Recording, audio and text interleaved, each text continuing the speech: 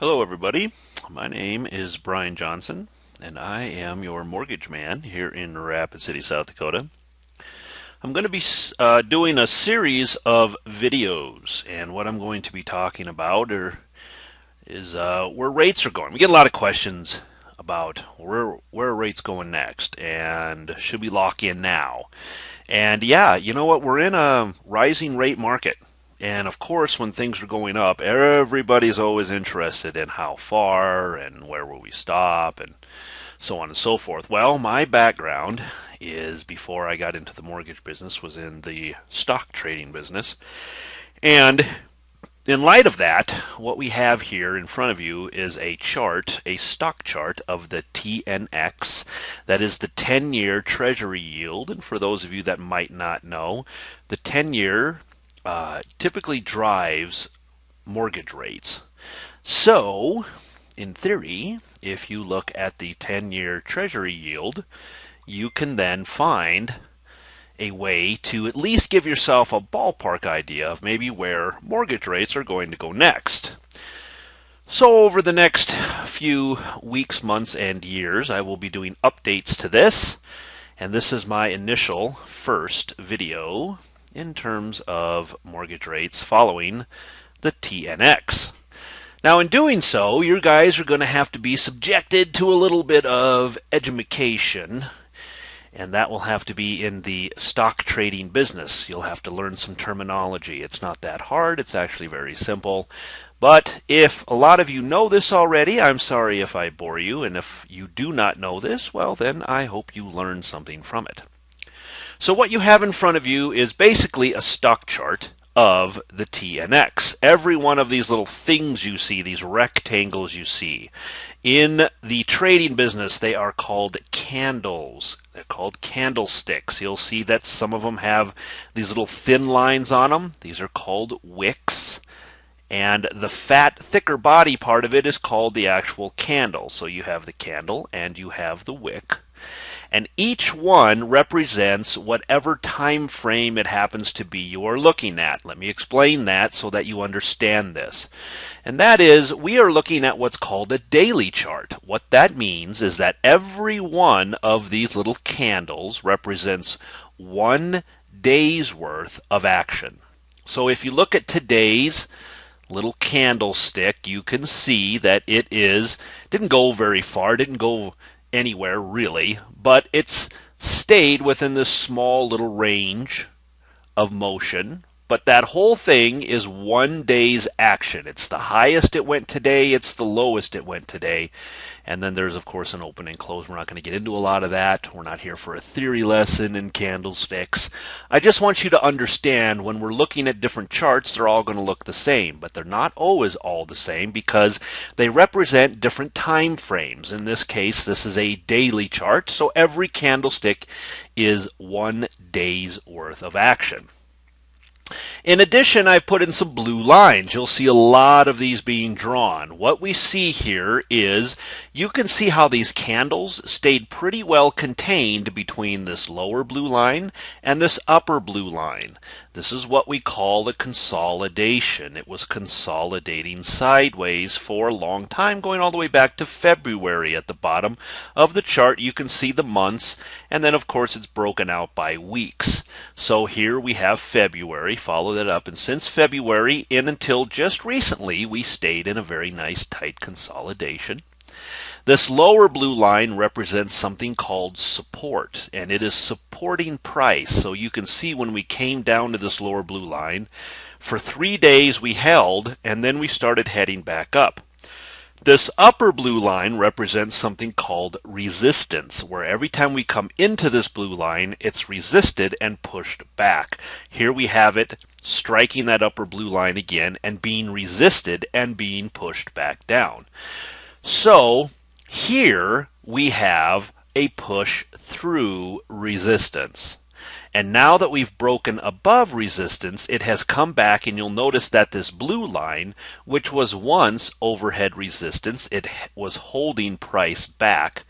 It's now supporting price. So what was resistance has now become support. This is a very common saying within the stock trading world, and we're seeing it playing out in front of us right now in terms of the TNX, or the 10-year Treasury yield. What does this mean? Well, if support holds, we should see this begin to push itself back up again, which means rising rates.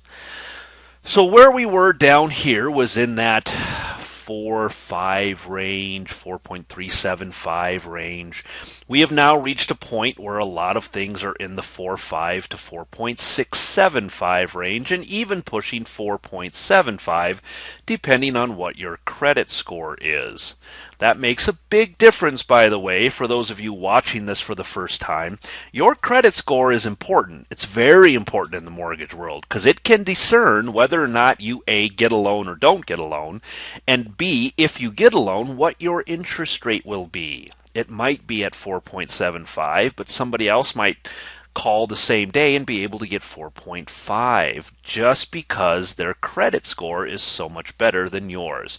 So if you're sitting at a 580 or a 620, you won't get the kind of rates that someone at a 720, 780, 800 would. Isn't fair, but welcome to the real world. So with that, what we see here is a push up in the 10-year Treasury, lending itself to a push up in interest rates. For those of you that are in this market, maybe you're a realtor, maybe you are already a loan originator, this is what we're seeing. So you can see that one does mirror the other.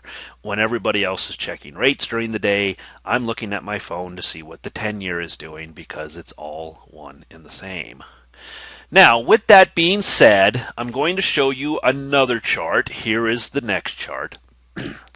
Now, this chart, once again, bunch of these little candlesticks, but every one of these little candlesticks, whether it's white or red, represents 1 month's worth of trading, 1 month's worth of trading. So the candlestick that we're currently looking at, you probably can't see it because this is a really, I went way back in time to illustrate a few things, but we have not finished this candlestick yet, and we won't until the end of May. So we just started the most recent little tiny candle over here, and it will not stop doing what it's doing until the end of the month, and then it'll close out that candle, quote unquote close out that candle, and then we'll see what the next month does.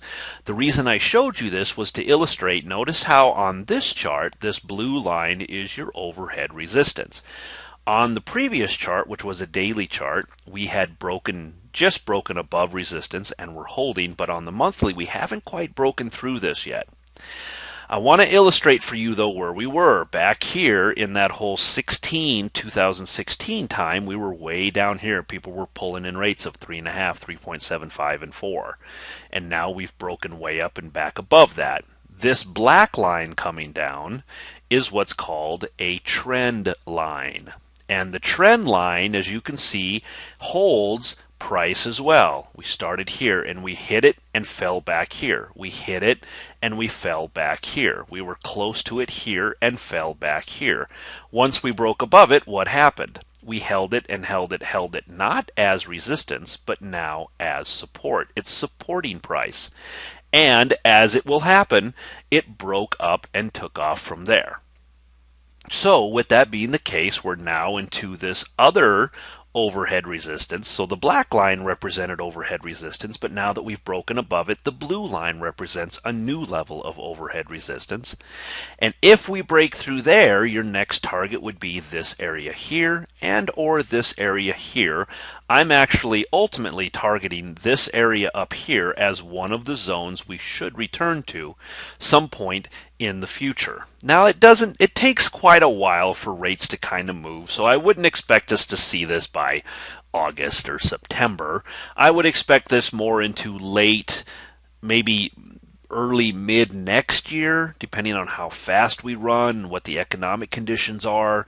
But this here will represent the highs going back to 2006, 2007, and if that hits that point, then we're looking at probably 5 to 5.5% interest rates.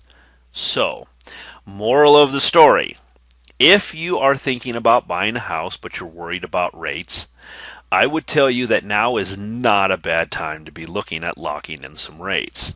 Yes, we might pull back a little bit, but I don't think we're going to reach this, which was that 3.75 to 4 range. I think we're going to end up, and it's more heavily likely that we're going to end up, based on what I see here, a push up and above. If you wait any longer, there's a good chance you won't be able to lock at 4.5, 4.675, or 4.75.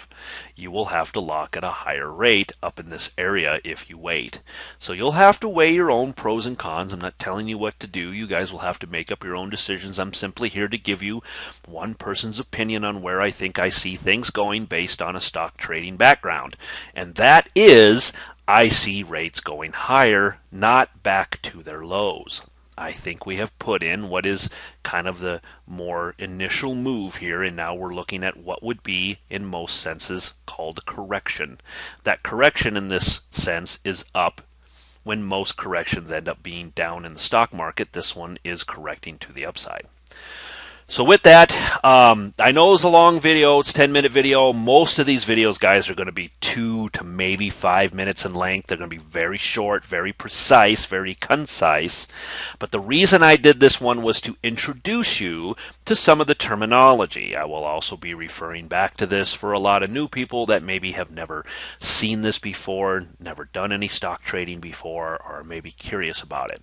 Some might ask, can this be done with stocks? The answer is yes. No matter what you trade, these types of trend lines and overhead resistance and support zones, they play out on everything. I don't care if you're looking at the 10-year. I don't care if you're looking at Apple. I don't care if you're looking at soybeans. It's all the same. If I see a chart, I can draw in these lines and get a pretty good idea of where we're going in the future. So, with that being said, I really do like the idea of rates going up. Now, I'm not saying I like the fact that rates are going up. I don't like that at all as a mortgage loan originator. I like it from the fact of, based on this chart in front of me, it would be more likely than not that rates would push up from here rather than drop all the way back down.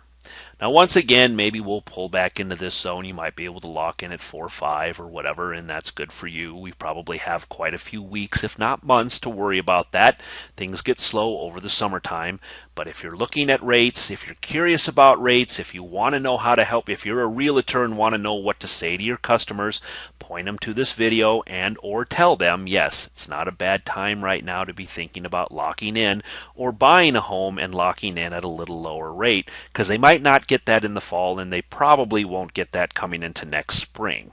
So, with that, I hope you guys enjoyed the video. I will be doing more of these. If you want to get a hold of me, you can reach me at Gateway Mortgage right here in Rapid City.